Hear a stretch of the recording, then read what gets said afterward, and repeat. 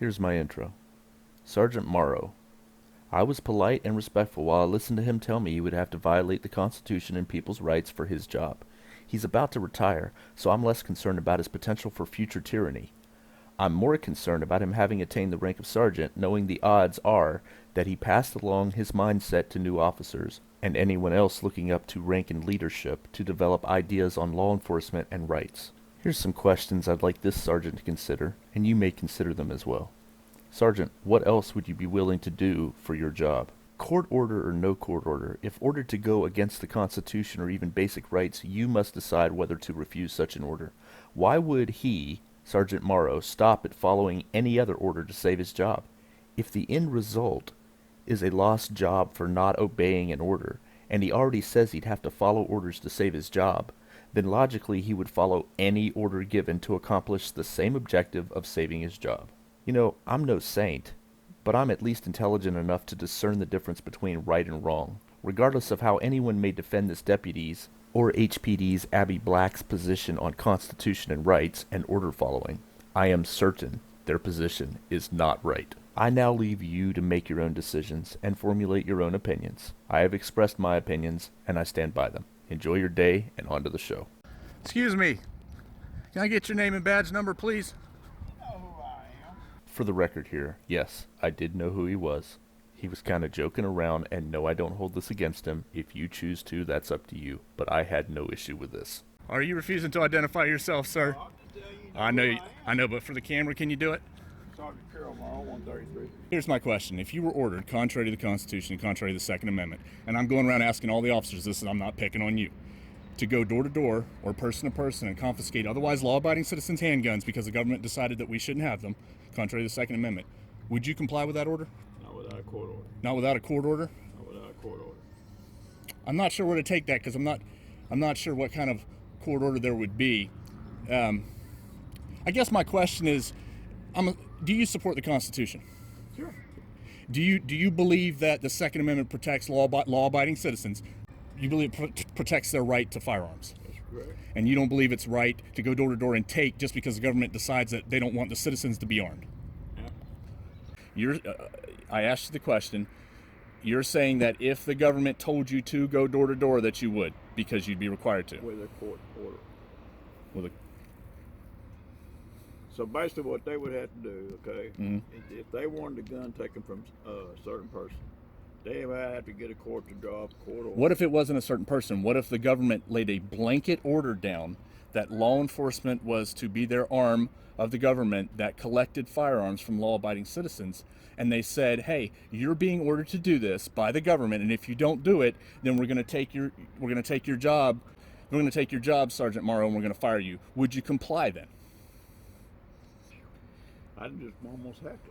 You know, if I'm being told by the government to do it. Well, see, that's where, and this isn't a knock against you, and for the record, since I'm recording, I don't know you as a person, okay? Mm-hmm. I don't know you. And I don't know if you're a good officer or bad officer. I don't know you, and I'm not going to make any qualms, but that is exactly, in my opinion, that is the problem.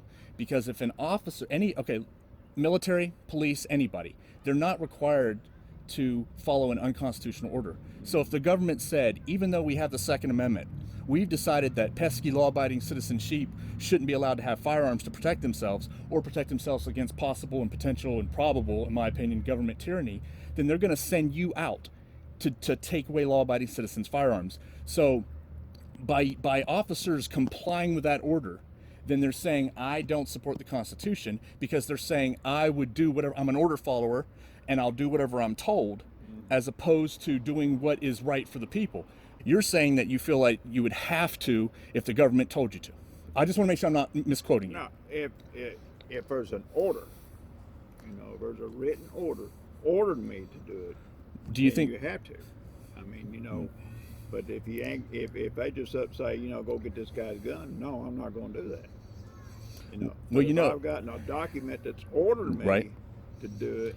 Well, you know, and I just want to say this. You know, if the government decided that, for whatever reasons, whether it's so they can perpetrate tyranny against the American people, or just because they don't want us to have guns, but they want to have guns, if the government decided for whatever reason that they wanted to take away law-abiding citizens' firearms, there would be an order. The government would sign an order saying, you are hereby compelled, sheriffs, sheriff's deputies, officers, chiefs of police, you are hereby compelled to confiscate law-abiding citizens and start enacting that order by going to order. So there would be a written and signed order. So you're saying you would comply with that?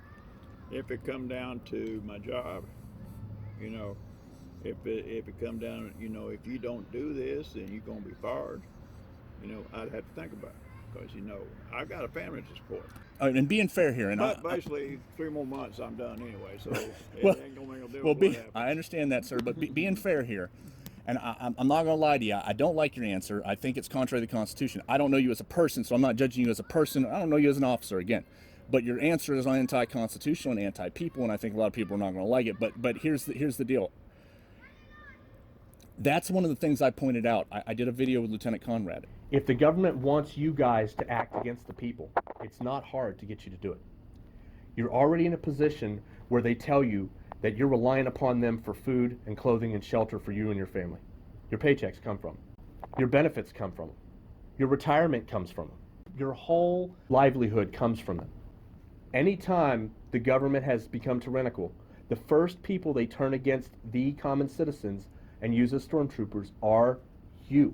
And that's one of the things I pointed out to him. I said it's easy for the government to turn people wearing badges and guns that are supposed to serve and protect. It's easy to turn you guys into the stormtroopers for the government to violate people's rights. And it's easy because of exactly, and I quoted this too, exactly what you just said. You rely on them for your livelihood. Your family relies on them for your livelihood, your benefits, your retirement, all of that. So when you have all of that, it's easy for the government to look at you and say, hey, I can destroy you and your family. So I brought that up with Lieutenant Conrad, and it kind of makes my point that that's what a lot, I can't say a lot, but at least some officers would say, hey, I don't care about the Constitution. I'm going to go and confiscate firearms because I'm being told, and if I don't do it, then I'm going to lose my job and my benefits. So that's just one of my points, and you said it for me, and I appreciate that because it kind of makes my point about what I've been saying to people on my page. You know, like I say, I believe in the Constitution, and people have the right to bear arms and whatever, but you know, you put me in a position that, you know, that it takes a lot of thought to, you know. I mean, I'll agree with that. I'll agree with that. But here's, you really have to put a lot of thought behind it. You know? I would just like you to consider this, just in your head when you walk away at your leisure, regardless of whether you would lose your job. I would think there's something, and this is my feeling. I would give up my life for my country. Okay, I would risk my life to save law-abiding citizens with my firearm if necessary. I would stand up for people's rights as much as possible, whether they can and won't, or whether they can't. And to me, there's something bigger than that badge in your job, because that badge is supposed to represent the people, or who you represent, who you were supposed to serve and protect. So to me, regardless of losing your job, and this is just my opinion again, you don't have to agree with it, regardless of losing your job, the more important element here is, are you supporting the Constitution and the people?